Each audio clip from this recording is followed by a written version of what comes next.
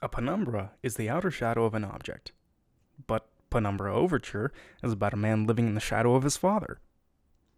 Penumbra starts off with your mom dying, and you not crying a tear. And your estranged father has only just come back into your life by physically sensing that mom's dead. He gives you a safety deposit key for somewhere in Greenland, and you start your life as an amnesiac government agent. In reality, you're told to burn every bit of knowledge you've gained, but your character Philip tells his letter father Howard to go be a coward somewhere else and follows his notes into Greenland. From a fisherman's boat into the middle of a blizzard to a World War II bunker and then abandoned mines beyond. All of which have been abandoned for over 3 decades. In Penumbra, you can pick up most things and toss them around to environmentally solve puzzles or remove environmental/hostile obstacles with a melee weapon. But everyone who's played this knows the melee is wonky and slow, which is why they got rid of it in the next installment. The physics engine itself is not very interesting anymore now that it's a little dated and still in use in Amnesia, but seeing it with this presentation makes you appreciate Amnesia more, and the sense of terror from a monster that is just as fast as you, if not faster, while you're building pyramids. I mean, when I'm jumping away at Mach 2 trying to find where the gunpowder barrel is, I'm always thinking, man, I wish this was highlighted for me in some way, or man, these dogs are slow, because the first time I saw either, I just passed them by because I thought they were kind of just there. Now, the intro of Penumbra is very quick and calls to mind Le Trainer vibes, but I like it. It's a quick setup about your mom dying and Philip in shock, looking for meaning within your father now. But I like it. It's a quick setup that is really just implying that Philip is a man possessed by a knowledge of the unknown, wanting to learn from all these mysterious things that his father is talking about in his notes, and use these artifacts just to become one with his father, needing to gain revelations in order to gain further insight into the self, much like the sequel series to this, made by the same developers, Amnesia: The Dark Descent, where we were chasing after the afterimage of our previous selves, only further personified with these man-made artifacts of unknown energy lying around, with their glowing dots and infatuation for Philip's father, Howard. They seem closer to a drug-induced knowledge coma, where Philip becomes aware of who his father is, aware that he goes somewhere with these, and through these moments of respite, become acquainted with his father in some way. Later on, after becoming acquainted with these artifacts, Philip implies that he can control where he goes when he does make use of these statues. We'll see more of what that means in the next game, Penumbra: Black Plague, but going back, in this game you become an explosives expert, a generator maintenance guy, you go postal, and you meet your only friend down here in this bunker, Red, acting as a guide and calming voice between dog maulings. Well, your ears are working better than before, so that you might use them to listen to my words. The way it's going. So I wanted to squash your material between my ears is squashier than most. I may not be perfect like a hanging picture, but my words are wise and backed up by time. A pox on both your brain cells. Try as I may, you must think that I deceive you with my admittingly cunning ways. Just in case those spiders found your flesh delicious. How does my brain flesh know your fluids are leaking? Because Red tricked you.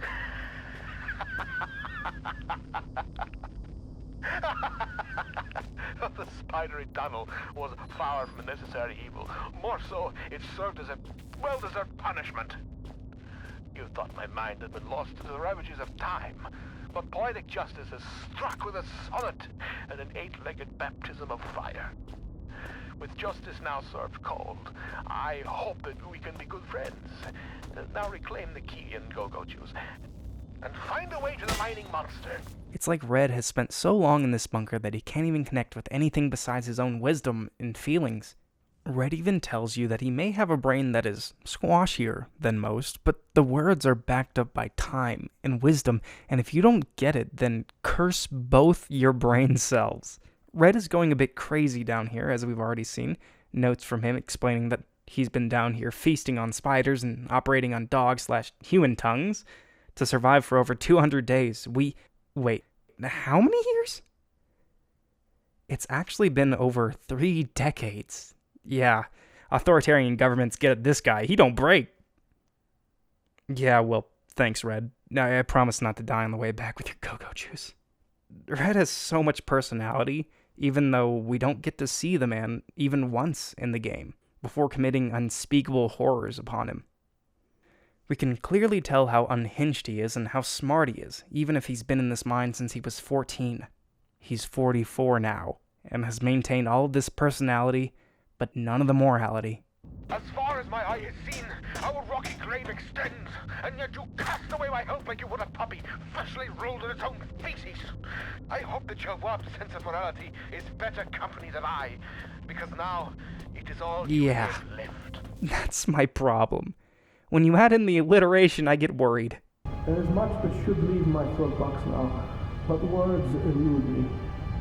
You came, you are so pretty, but I have been bad. And that is the crux of this character. He's lividly smart and always hidden from view, both physically and emotionally to Philip. He may be acting as a friend, but deep down, we can see his desperation and moral depravity from the start of this gambit. From his want to kill you through the use of spiders, either because of some perceived slight or out of hunger that starts to take him over. So the life that has led me, horrible as it may be, is better still than the life that waits for you, hungry behind those doors. As replacements go, you shall be admirably abnormal. But you must wonder why this metal burning chamber is talking to you in a voice you knew only as Red. For it is I, your companion, residing within. Not long now, Red. I'll be finished soon. I promise. You see, I have waited for this day so many years. They won't let me die. The final time we meet Red is when he's inside of an incinerator. He tells us that he has the key to the next room, the utopia that's ruined him. He tells you that the only way to grab it from him is to incinerate him. And I cannot take my life. It is against the rules. Please, the pain has gone on for so long. All I wanted was a friend, but now the time for chit-chats and marshmallows by the fire is ended, and I hope that soon so shall my life. I have knocked on the death's door for so long. Please, let him invite me in for tea. And when you do as he requests, only then does Tom Redwood realize that physical pain has been the one thing that he has not felt in years. His screams telling you to please turn it off in his final moments. Thus ends the story of Red, and how much I love that go-go juice sipping son of a bitch. The perfect idea of a nemesis and also a friend at the same time. And in that, Red is the heart and soul of this story. He's Philip's foil by being without his parents for so long, surviving on his own for years, while Philip, who has survived on his own for days, is the one who searches for answers about his father. While Red shuns the knowledge of the terrible utopian surrogate parents he has discovered, because they are the only ones who have taken from him his own mind. Truly, it seems right now, Philip doesn't know what he's asking for when he's grabbing this information, but he still marches forward, even going into Red's room. As we all go through it, we see that Red was detached from being a human. He would put eyes over the pin-up girls around his room. He would keep his cell right next to the incinerator where he thought about dying all this time, either proving that the utopia had truly shocking knowledge or that Red was so isolated that he never thought about becoming a human again. In today's world, I think we can all look back and acknowledge how pertinent this has become, as we've all turned into this isolationist people. Whether or not we're living alone or with our significant others, we all become sort of detached from our own meanings of humanity, whether that's through connection or different ideologies. In the meaning of Red, he never even got a chance to love before he burned up. Only loving a man. He says we're beautiful because he doesn't know what beauty is supposed to be. He doesn't even know that beauty is supposed to be another person. He knows it only through pictures, truly culminating in a sad story of a child who never learned to love, to feel, or to connect with anyone on a special level. And in some way, we've all lost that. Looking back on 2020 and 2021, you can see exactly where the mistrust of the isolationist and the anger of the isolationist has taken place. Either way, technically this story is still just an intro to the real story that Frictional Games wants to tell. But it's much more than that. It's a reflection on human nature and the want to search and hide away from our problems. Done before COVID, before we could even think about being forced into rooms and isolated away. Seeing how our character Philip could end up in a burning mausoleum that we never truly wanted to rest in peace forever in. It only shows us how our fate might be just as bad or worse than Red's. Alright, I think that'll do it for the entire introspection of Penumbra Overture, or technically just Red.